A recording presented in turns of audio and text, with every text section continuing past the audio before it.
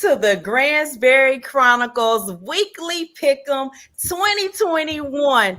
That's right. Good evening. It's your girl, the Gransberry. And always, I got my boy, B. Pat, on your left. And I have my boy, D. Jones, on your right. We've been off all summer. We've been having a good time, but it's almost about that time to say, are you ready for some football? Look, I'm already there. Can y'all tell? Well, I'm not there all the way, but we just wanted to, get our preseason going too, in our own way. We not changing it up on you. We just giving you a little extra. We still gonna do the weekly pick'ems. If your game of the week is not our game of the week, that's okay. You can share it in the comments. We good with that. We're not going to go over every game. If we think it's a flat game, we will get it out the way. So we're going to start it off with what you guys been up to for the summer, because we're about to get ready for the fall. So B-Pat, how was your summer, your spring, A lot of basketball, a lot of wrestling, a lot of chilling. And now we started back to school. So that's all it's been about it. So I got to see my favorite wrestler, Who's your Sting, favorite last night. Sting last night. I got a first time ever live. It was real cool. Basketball, we went to New Orleans for basketball. My girls showed out.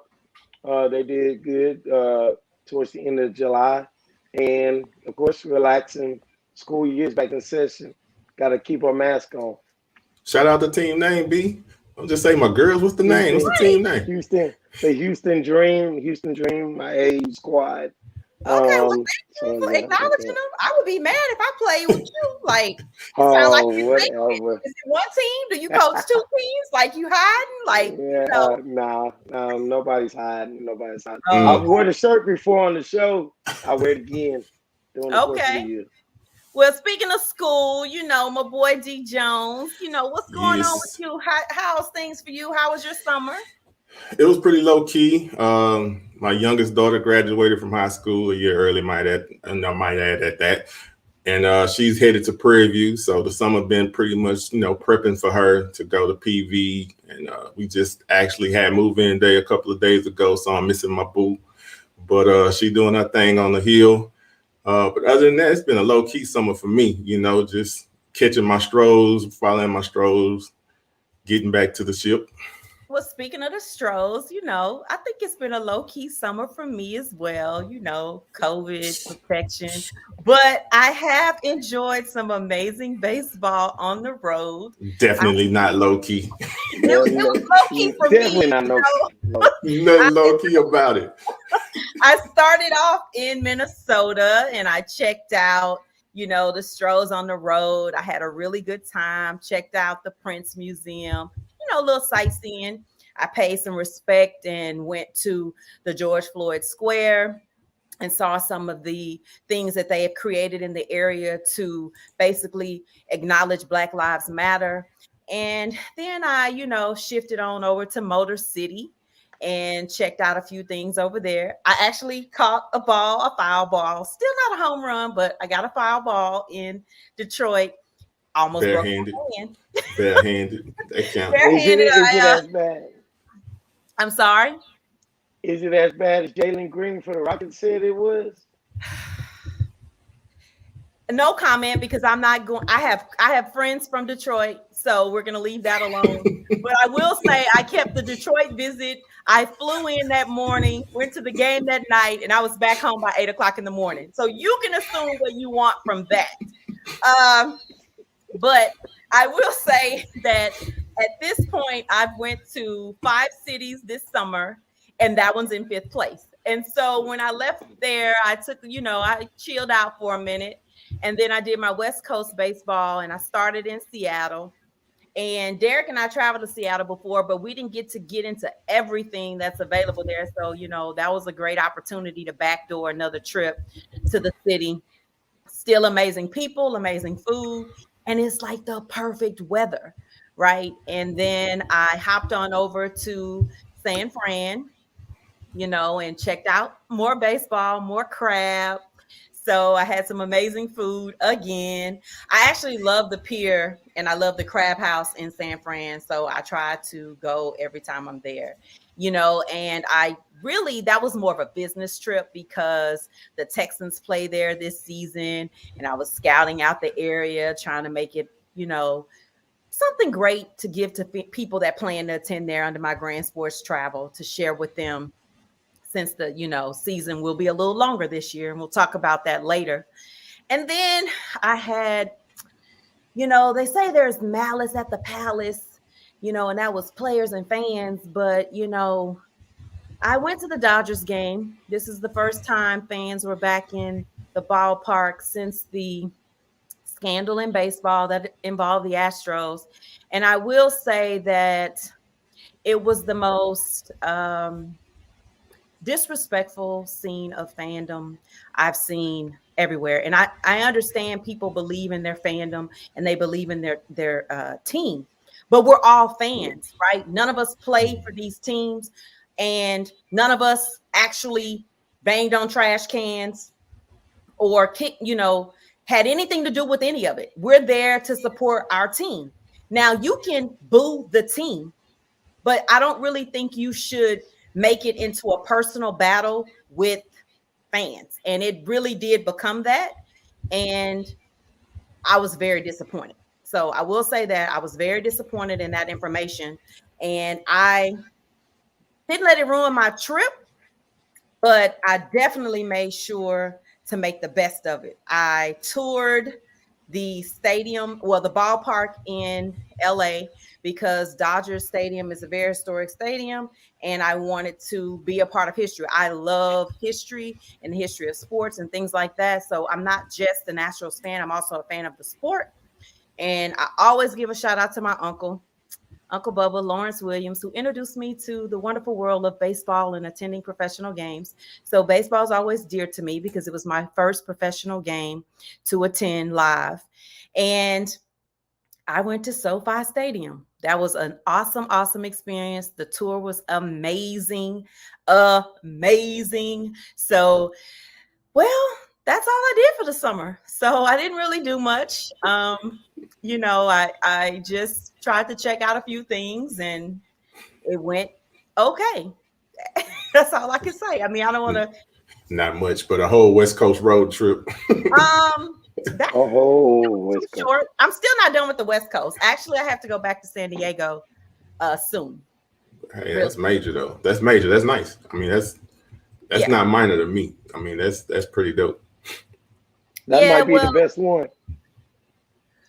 It might be. I think I probably wanted more games. And so I just did one in each city so I could still enjoy the city. Like when you're working, it's a little more difficult when you're trying to make sure you get the city information so you can turn it into travel information. But when you're just like unwind and you can go to every game every night, then I think it'll be my ideal trip. But I'm not saying that it was bad in any means. So look at it like this: the cherry on top is every game you went to was a W. So it was a straight W. So straight W. So that part is truly, truly, truly amazing. But leave it as is. Everybody pretty much had a good, stadium visit, except Derek. Well, you kind of did, but PV, you went to PV. Oh yeah. I got some stuff on tap though, so it's cool. We coming. We look, guys. I don't know if you know, but we're looking forward to this fall because this fall your girl completes her stadium tour. She started in 2011. I will officially have seen the Texans play in every stadium that was in existence at the time when I started, because now we have one less stadium because another two teams share stadiums. So if someone starts now, they won't have to attend as many stadiums, or continues like my boy D, you won't have to attend all of those stadiums because, there's less. Anyway. Well, I got San Diego while they was at the soccer field. So I kind of got a little extra one because they ain't gonna be there no more. Right. I think I'm in San Diego all 3 times. Yeah, because I think you have both, right? There you go. I got them with you. Yeah. And I'm gonna get them in SoFi at some point too. So I'm gonna have me a trifecta. Well, But we're saying San Diego. We mean the Chargers, but you know what we say. LA Chargers. If you don't know, then I mean you haven't been keeping up with football. So I mean, Right. San Diego still. right? Okay. Look, when you go to tailgate for the Chargers games, it looked like San Diego. So For they sure. got their signs still have some stuff says San Diego because people are about their history. But everybody might not be into baseball or wrestling. So D, it's time to talk a little football. So Yeah. So I'm looking forward to this preseason, kind of looking at the quarterback battles that's out there. Of course, the home team. We have our own situation going on with, whether Deshaun is going to play or, he's kind of half at practice. But it looks like Tyrod is going to probably be the head guy going into the season. So just kind of interested in that. Also, they was kind of pumping up the young guy they drafted in the third round. So looking at last week's game, he showed flashes of, big arm, composure, but he's a project. And in today's NFL, where now we only have 3 preseason games, that's not enough for him to get up to par. I mean, it's normally when you see a rookie quarterback come in, you kind of know from the jump if he's going to be that guy. We saw that with Deshaun. We saw that last year with the Chargers with their young guy. So I think Tyrod's going to probably be the guy. But another interesting battle that's out there for me is in New Orleans, and that's Jameis and Hill. I don't know if you're paying attention to Jameis in these press conferences and warm-ups and videos, but man, this dude, he seems comfortable. He seems kind of at a peace about himself, if you will. But I hope it works out for him. So I'm very interested in seeing that. And then, Coach, I think you mentioned something going on in Denver. So, with Teddy B. Yeah. So it's interesting to see what's going on there. So that's kind of my focus with this preseason. What about you guys?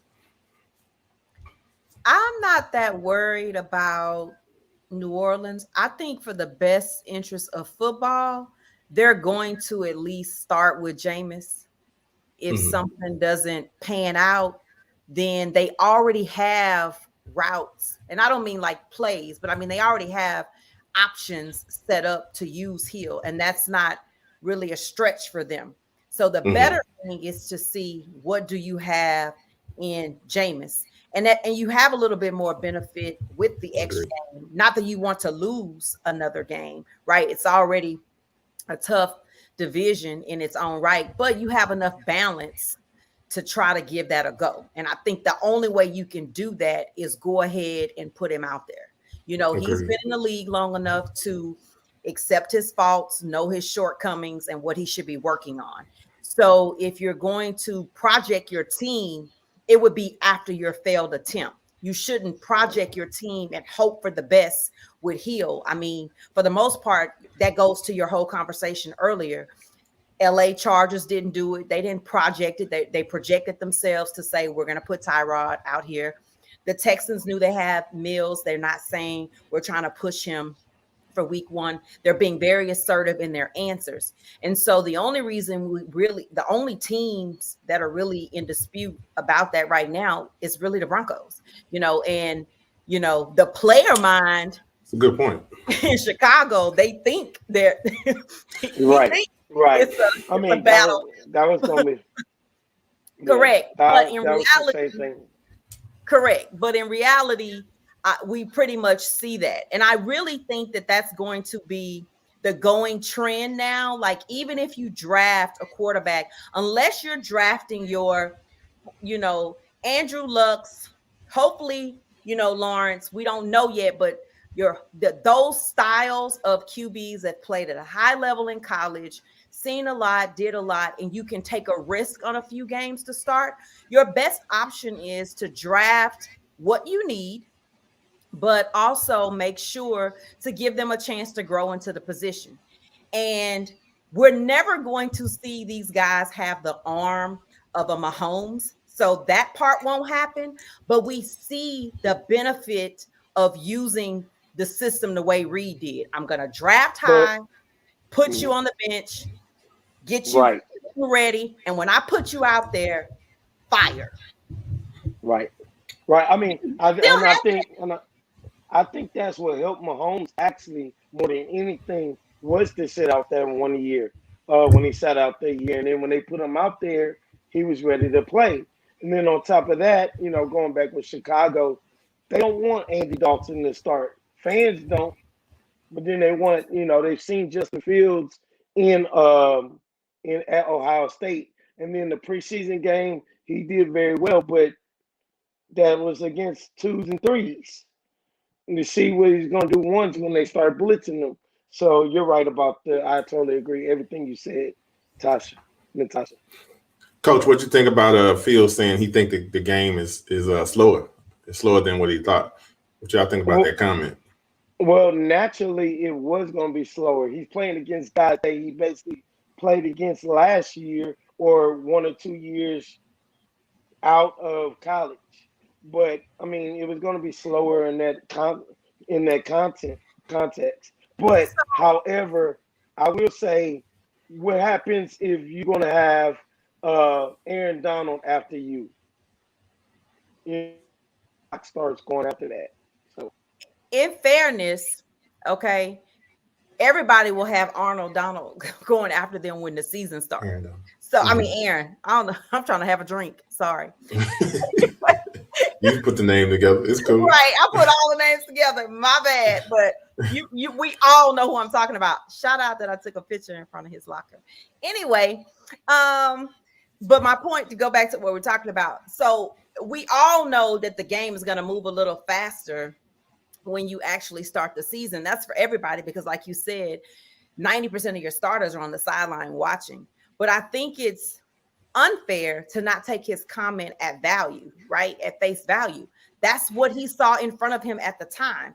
Obviously, it'll change. And that's what we sometimes forget as a fan. They asked him a question based on the game he just played. He answered in that perspective. Now, when September approaches, I'm sure he'll change his perspective. We even had that. If you remember the game, y'all remember when Michael Vick first went and played in Philly, and in the first press conference, his energy was like, whoo, we was moving. But it changed week 2, 3, 4. It started going a different direction. So I think we have to remember that that's kind of the real point of what the media should get from the player after the game. Those are the questions you want. How did they feel about it? How did they see it, that game? That's going to change weekly. If it doesn't, then you're getting coy answers, and everybody's trying to be humble and whatever. But I think you're right too, B. Like, those were mostly college players.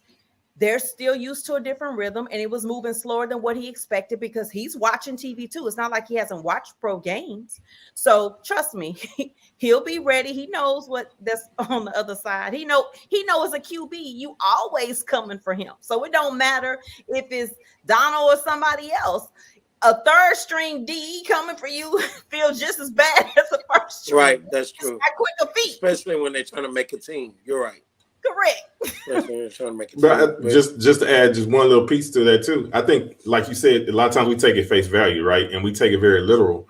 I think when you're talking to a quarterback too, you got to think about when most of the time they talking about the speed of the game, they talking about how they're processing the game. So if it's slowing down, I mean, I'm not thinking, I'm not overthinking, I'm reacting. And we're not talking about how fast the DN is. He's not talking about how fast players are. He's talking about how quickly he's processing the game when he's saying that it's not as fast as he thought. So I think. Yeah, I think for sure. We're not talking about, how fast did the wide receiver get downfield to play over. Yes, right. Right, because even in your analogy, I'm sure Mike Vick thought the game was probably slow because he was faster than everybody on the field. Right, so, but that's not what it's how you process either. Right. He's talking about the way that game was actually processing. Correct. Mm-hmm. Correct. Yeah.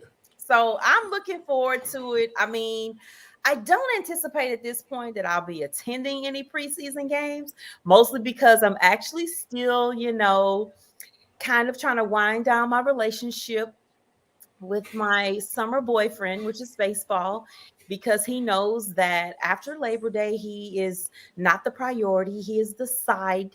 And, football becomes the main. My boyfriend comes back home every year after Labor Day, and I'm looking forward to it. So I'm getting back home the day before Labor Day. So I'll be back for you and I'll be ready. And I'm going to be so excited. I'm going to be so unbearable every week leading up to Buffalo. So, when we get to the fan house part, people may want to turn out, go get some potato chips, take a restroom break or whatever, because I'm over here like, I think I'm sweating. My hands are sweating because I'm already thinking about Buffalo. Y'all don't know how hard I worked to get to this point. I'm just like, it's an accomplishment. Yeah. It's heavy. And it's not even about the accomplishment. It's really like, I think people just like they forget, right? The face value, just like we talked about how we can't just allow Fields to answer the question and feel how he feels. People think just because, well, your team doesn't have a Super Bowl, your team hasn't played in this championship game, your team hasn't done this, and they lost the whole point of it's my experience and it's what I'm enjoying. Right. And then the best thing to do is see how that makes me feel, and then know that you can duplicate that feeling, not necessarily doing what I do, but finding something that gives it to you, knowing that that is a possibility, that is in your grasp. That's what the real joy is in my trips. And like, it allows me to reset my week, give my week purpose so that I can serve other people, peacefully as well, because I get my peace somewhere else. So I'm a woosah, and bring on down. We still got a couple more weeks. Okay, so I'm gonna let the guys tell us if there's anything you think before we get into this weird segment before we close out about all the brawls breaking out. And do you think that after I'm gonna preface it with something, but I'm gonna ask you a question. Do you think that we're gonna move away from the joint practice? And I'm gonna back that up, and I'm going to mention Good something question. that most people don't know, which is, so when Malice in the Palace happened, for those that don't know what that means and you haven't seen the special, it's, there was a really bad game at the time between the Pistons and the Pacers, and it turned into a fight and a brawl with fans and players. And at that time, I was in law school, and I wanted to write a paper on that, a law review article, which is, at minimum 20 pages. And I wanted to discuss violence in sports. And I was rejected at first because they didn't see the point in me doing that, right? And after that, I was upset because I thought I had this great idea, right? And the next thing you know, Malice in the Palace happened. So when that happened, all this history was reproduced. People started putting out articles talking about all the different baseball games where the entire teams went on the mound. It was more of like a defense to sports, that this wasn't isolated to basketball. This wasn't isolated to thuggish players, and that regardless of money, everybody can get into a fight.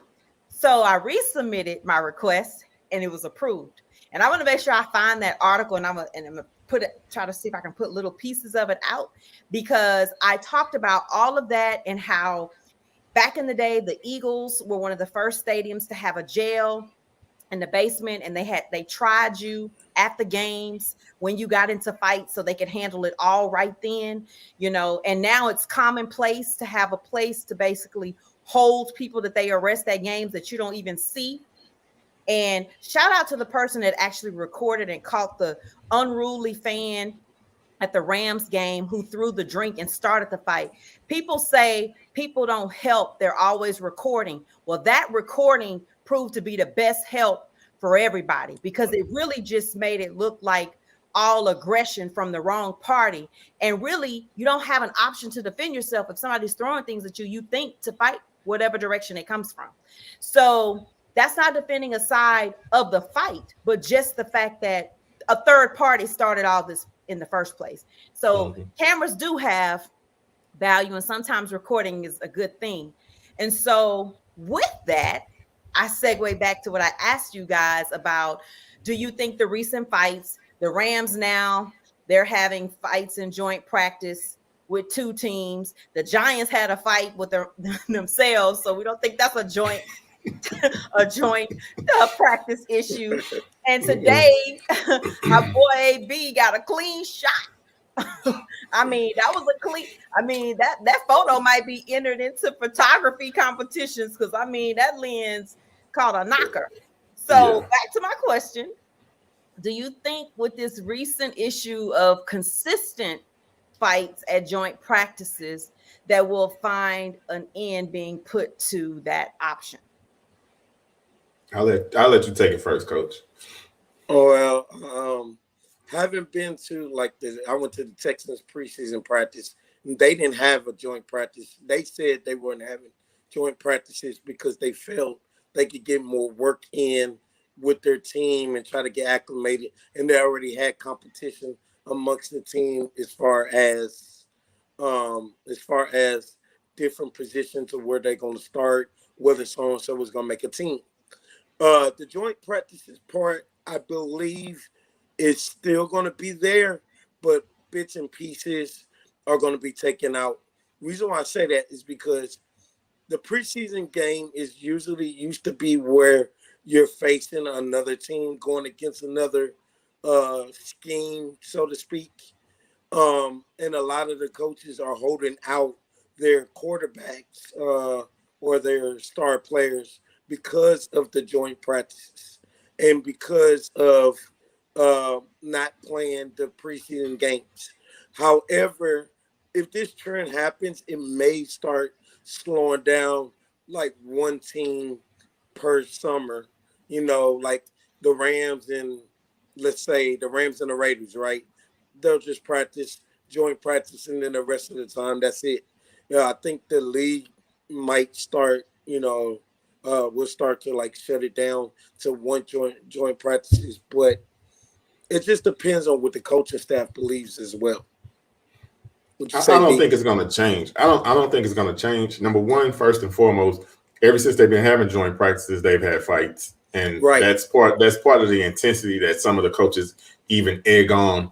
But I think you'll see some of it kind of taper down in the sense of they'll be more strict as far as, when you start having a fight, they're going to get you off the field. I know with the Texans a few years back, with O'Brien, he strongly believed in joint practices. And when they was having a lot of fights, they had a zero tolerance rule. So as soon as you got into a fight, you was off the field. I remember going to one training camp and Hop and a DB got into it on like the second play of the team activities, and they both was out within 10 minutes of the practice. So I think you'll see more of that than you'll see the joint practices shut down, mainly because of what you just said.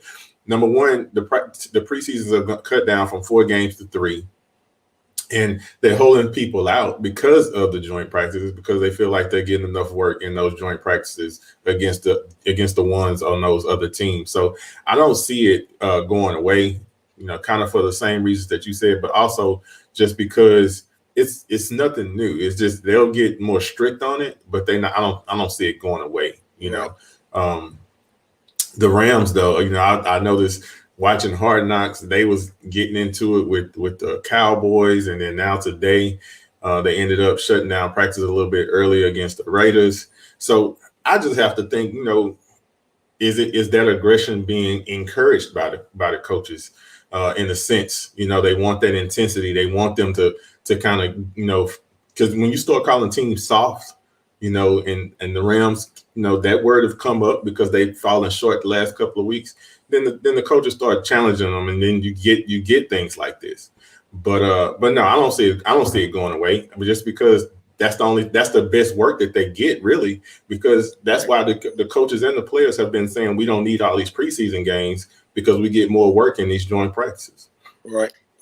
So one thing I'll say to follow up with that, as far as the joint practice and your follow-up question, as far as saying, do you think it's being encouraged?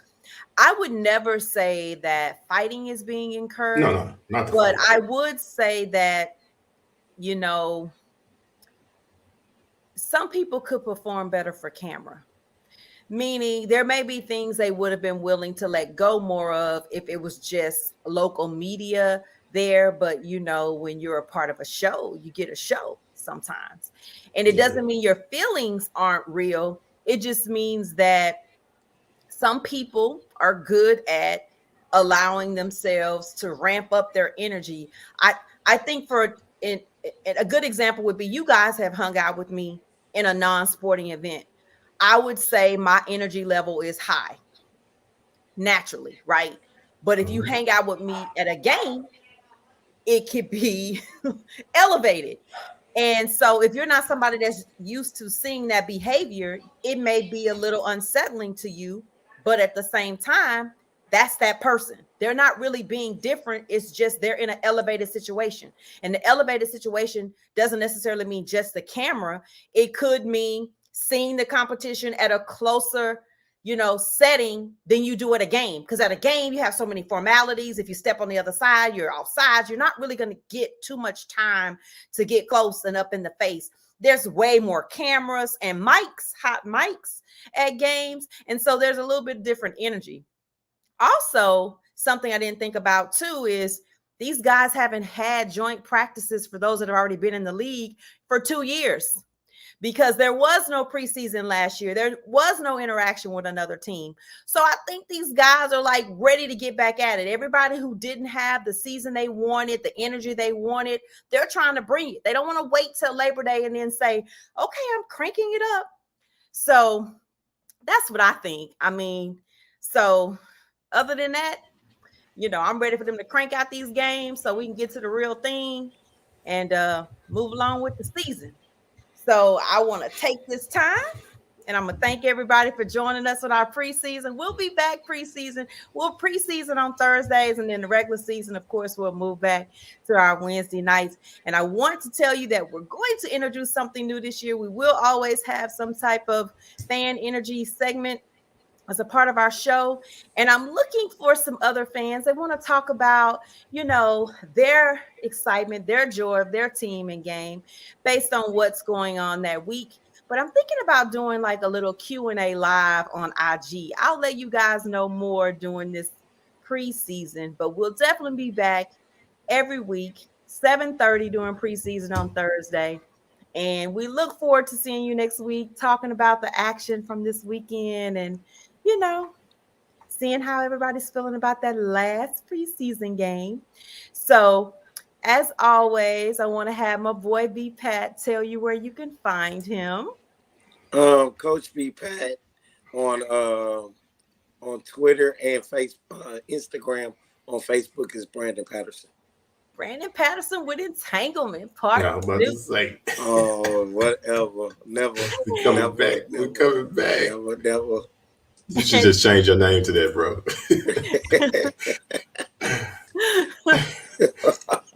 That's funny. Yeah, because Mm-hmm. Oh, whatever. What up, T. Jones? You can find me on Instagram at djones9804, on Twitter, that boy D Jones. Get at me. Well, I try to keep it simple. I'm the Gransberry on every platform. I recently joined TikTok to try to have a little bit more fun with everybody.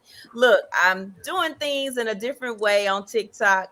I have Grand Sports Travel, so you can see all the different travel short TikToks where I put together, a few pictures and videos from some of my travel destinations, for your interest. And then, I have a little more fun in my personality on my regular TikTok, which is the Gransberry. But either way, TikTok, Twitter, Instagram, YouTube, I'm the Gransberry. I keep it real. Look, I got one thing to say before we leave. So recently, and nothing to the person who said it, but I just want to go ahead and address it. Somebody reached out to me and they asked me in my inbox, do you really be on those trips solo? So I want to make sure it's very clear. I'm probably one of the most open book people you would ever really meet that you don't even know is that open book. Okay. If I'm on a trip or I go to a game with you, that's B, D, C, because Chris and Corey are C's. I don't hide who I go to games with because these guys are real people to me. They're my family. They're my friends. I don't have to hide that I went somewhere with them. When I went on the West Coast, 80% of my West Coast trip was truly solo. Seattle, San Fran, 100% solo. Now, I have a friend, Corey, who does the same thing, and he is an avid baseball fan, and he actually is an agent and has a player on the Rams. He allowed me to tag along. I always say these things in my posts. If you would read them and follow, you would know I would say, thanks to my boy Corey, I got in here or there. I don't have secret mystery pictures. So I know you guys go on your vacations and you're hiding your boo at the seat to the left or to the right. Entanglements. That's your different business. show. That's your business, okay? For me, It's a different show. if you get the pleasure of attending somewhere with me and you deny me a picture in public, you will be left where you at. Okay, so know that it's not anybody in the picture because it's nobody in the picture. Okay, so and if you in the picture, I acknowledge you. We post our pictures. I show off my friends. I show off my love and support. So if you're at home thinking I got some secret sugar daddy who got me to the West Coast, or I done hit up some trainer or coach for this or that, no, okay. I don't have a secret GoFundMe under a different name with a sad story. Okay. So just so we get that out there and we clear. All right. If you want to know some of my travel secrets, that's exactly why you should follow Grand Sports Travel on TikTok. That's exactly why you should hit up Grand Sports Travel to find out. Every trip is possible. Any team is possible if you put the effort and you talk to me about it, because I can make it happen. I am a guru at telling you what to do. Right, B? Don't I make it happen? Right. B? Oh, yeah, for sure. So that's the end of that. So nobody else inbox and ask me, am I on a secret trip, or somebody else, are you really solo? Yes. If you want the bill next time, I'll send it to you and you can pay all my solo bills for dinner and everything else, since you think somebody is there. If you think I'm gonna let them get away with hiding, no. No. And on that note, we think it's time to let y'all go, because y'all done had me out here clowning, because I can't believe that's what some of y'all really be thinking about. But you know what? Catch y'all next time.